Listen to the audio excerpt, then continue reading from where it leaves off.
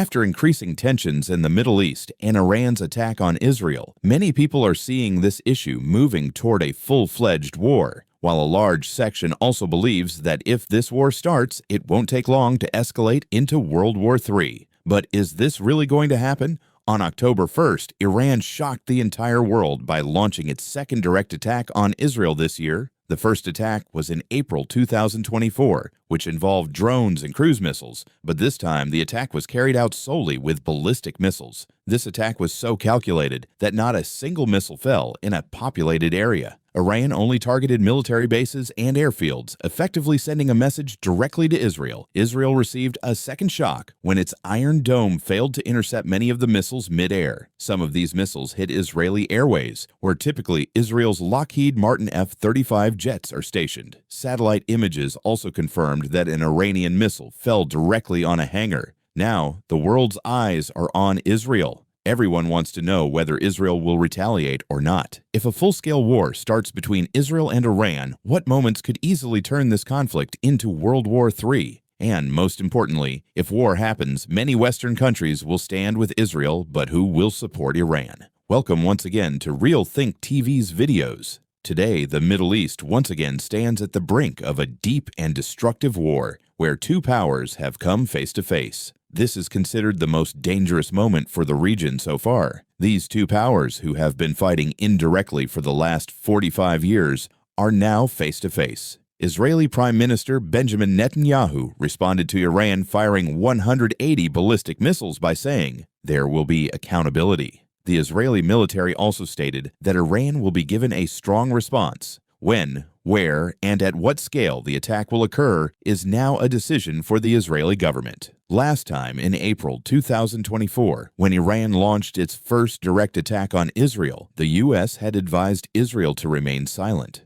But this time, that silence is missing. The Iron Dome system has largely failed this time, despite billions of dollars being spent. But how did this happen? Israel's Iron Dome is an advanced missile defense system designed to intercept and destroy artillery shells. This system is considered highly effective and accurate. The Iron Dome has a success rate of over 90%, meaning it can intercept and destroy a high percentage of incoming rockets and missiles. Its weakness is that it can only stop up to 80 missiles at once. And that's why Iran, after calculating, launched more than double the Iron Dome's capacity. Looking at Israel's history, there's not a single event where it didn't respond to an attack.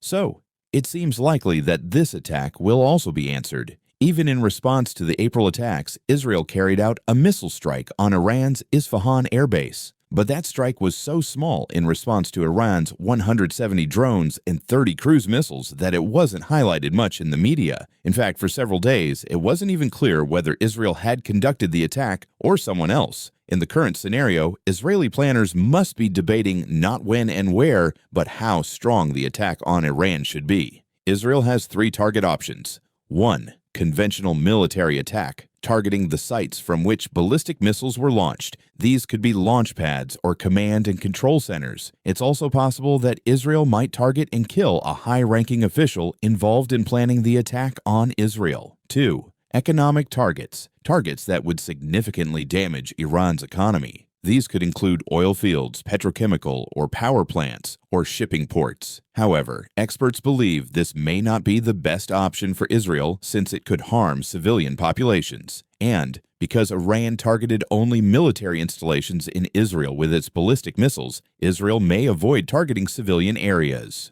3. Iran's nuclear program. This is the most dangerous target. This is the same program due to which the U.S. has imposed sanctions on Iran for many years. Officially, Iran does not yet possess nuclear weapons technology, but it is rapidly working on it. Naturally occurring uranium contains a specific isotope used in nuclear bombs, U-235, which makes up only 0.7% of natural uranium. This is not sufficient to build a nuclear bomb.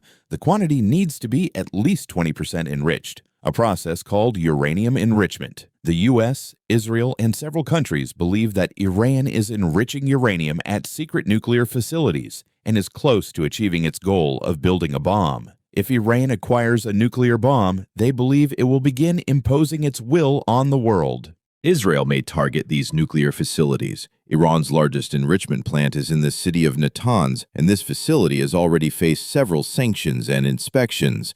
The second most dangerous facility is near Fordow village, built deep inside mountains to protect it from airstrikes.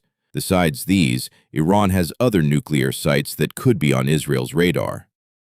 Attacking Iran might not be such a big challenge for Israel, but the consequences could be far more dangerous. Iran says that by attacking Israel, it has avenged the deaths of Hezbollah leader Hassan Nasrallah in Beirut and Hamas leader Ismail Haniyeh in Tehran.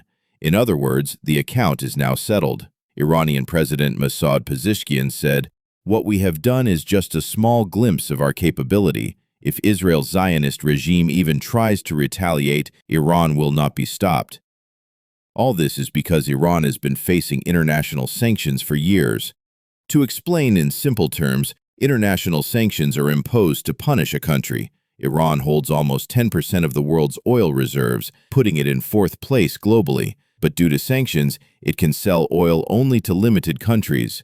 In addition, international banking transactions are done through the SWIFT system, from which Iran has also been removed. This makes transferring money to Iran extremely difficult. Due to these restrictions, Iran's army is not capable of matching Israel, nor is Iran's intelligence agency, MOIS, strong enough to plan targeted operations in Israel, as Israel's Mossad has done with attacks in Lebanon. But this does not mean Iran is completely hollow. It possesses countless ballistic and cruise missiles. So, if Israel attacks, Iran is left with only three options. 1. Proxies, such as Hezbollah in Lebanon and Houthis in Yemen, who are already continuously attacking Israel. 2. Ballistic missiles. This time, Iran might use them to target Israel's civilian population.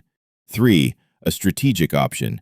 This is the most dangerous, which could affect not only Israel but many other countries. This is the option that poses the greatest threat to Israel and the U.S. Yes, Iran has already said that if Israel attacks, it will also harm countries that support Israel. The third option is Iran's IRGC Navy, which has a strong presence in the Persian Gulf. Although their ships are small, they make up a massive missile-capable fleet. These ships cannot directly attack U.S. allies like Bahrain or Saudi Arabia because the U.S. has already deployed its Fifth Fleet in Bahrain. However, Iran can easily deploy mines in the Strait of Hormuz, a strategic choke point. Blocking this strait would block the entire Persian Gulf, through which 20% of the world's oil supply passes. If that happens, the whole world could suffer the consequences of starting a war with Iran. There's another risk too. Suppose Israel, the U.S., and its allies attack Iran from all sides and eliminate all possible retaliation options. Then an open, large-scale war could begin. At that point, Russia and China would also have to step in, as both are Iran's strategic partners. Talking about Russia, in Syria, Iran and Russia support each other. Russia may not fight the U.S. directly, but could provide Iran with weapons and support it politically and diplomatically. Similarly, China is also a strategic partner of Iran. Though it may not offer direct military support, China could buy oil from Iran, support it at the United Nations, and put pressure on the U.S. North Korea is also an indirect ally of Iran and could secretly support it with weapons. So the main question, are there chances of World War III in this situation or not?